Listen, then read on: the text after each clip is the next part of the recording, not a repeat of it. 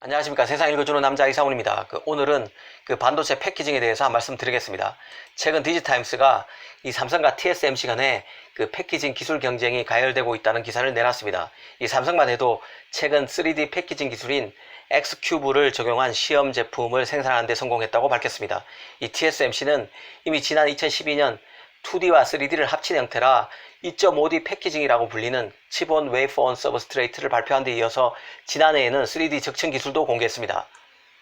최근에는 미국 특허청에 3D 패브릭이라는 상표도 출원했는데요. 이런 차원에서 기사를 다룬 것 같습니다. 기본적으로 패키징은 가공이 끝난 실리콘 웨이퍼에서 자른 칩을 포장하는 작업입니다. 각종 불순물과 충격으로부터 칩을 보호하고 메인보드와 신호를 원활하게 교류할 수 있도록 배선을 재배열하는 공정입니다. 이 패키징에 대해서 알면 이 반도체 산업에 대한 이해 폭도 커질 것으로 보입니다. 일단 반도체 공정부터 보겠습니다. 기본적으로 반도체 공정은 크게 3개로 나눠볼 수 있습니다.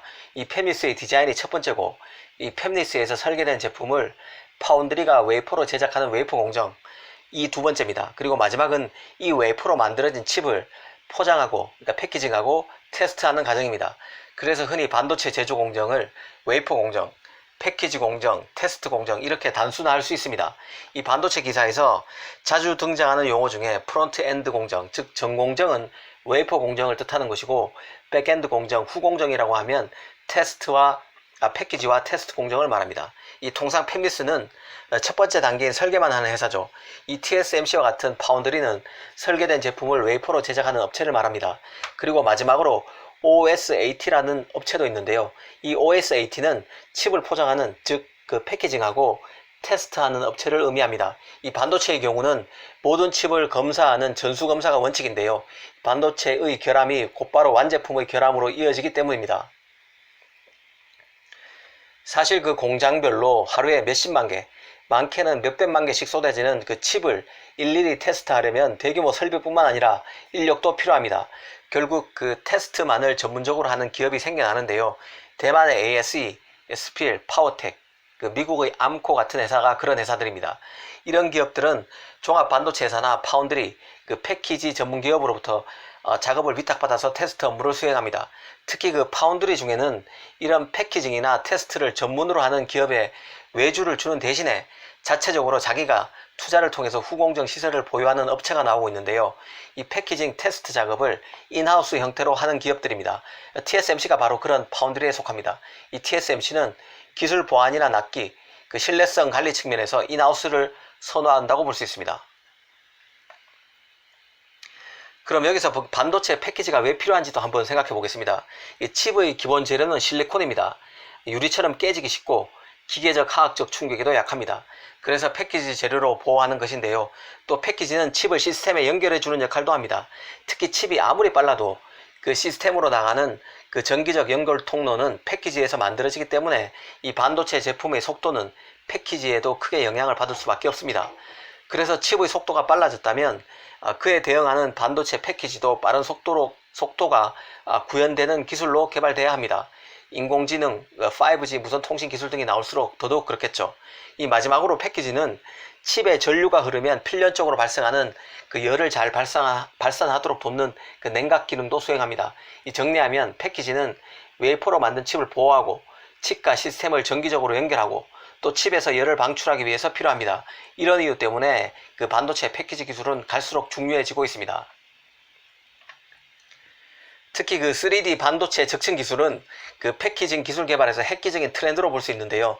예전에는 반도체 패키지는 하나의 칩만을 포장했었습니다. 하지만 이제는 한 패키지 안에 여러 개의 칩을 넣은 기술이 나오고 있다는 뜻입니다. 이 반도체 칩이 스마트폰뿐만 아니라 웨어러블로까지 적용 범위가 확대되면서 소용하는 고객의 요구사항이 되고 있습니다. 이를 만족시키려면 결국 패키지 크기를 줄이는 기술 개발이 필요할 수밖에 없는데요. 이 삼성이 이번에 생산에 성공한 3D 패키지 기술, X큐브 같은 경우도 수직으로 쌓은 시스템 반도체와 메모리 반도체에 미세한 구멍을 뚫어서 서로 연결하는 방식을 선택했습니다. 그간 TSMC가 자랑해온 칩온 웨이퍼 온 서브스트레이트 기술의 경우도 인쇄 해로기판, 그러니까 PCB 대신에 인터포저라는 판 위에 메모리와 로직 반도체를 올리는 패키징 기술입니다. 기존 패키징보다 그 실장 면적이 줄고 칩 간 연결을 빠르게 할 수 있어서 그 고성능 컴퓨팅, 그 HPC 업계에서 각광받고 있는 기술입니다. 이 기술이 발전하면서 그 인터포조의 크기도 늘어났는데요. 그 TSMC가 기술을 공개했었던 2012년만 해도 인터포조의 면적은 800제곱밀리미터에 불과했지만 지금은 1700제곱밀리미터에 이릅니다.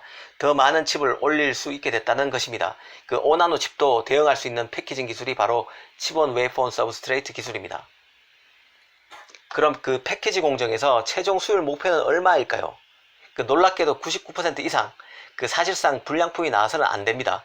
그 양산시 그 웨이퍼 공정의 수율 목표가 대부분 80에서 90% 되고 90%가 넘으면 엄청난 성과로 얘기하는 것에 비춰보면 그 패키지 공정의 최종 수율 목표는 대단한 것이라고 할 수 있습니다.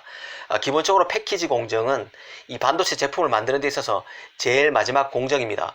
여기서 불량품이 나오면 앞서 진행한 수많은 공정과 수십일간의 제작 노력을 무의로 만드는 것입니다.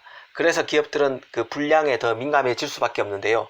오늘은 삼성, TSMC 등 최고의 파운드리가 왜 패키징 기술에 매달리는지, 패키징 기술에 집착하는지에 대해서 설명드렸습니다. 감사합니다.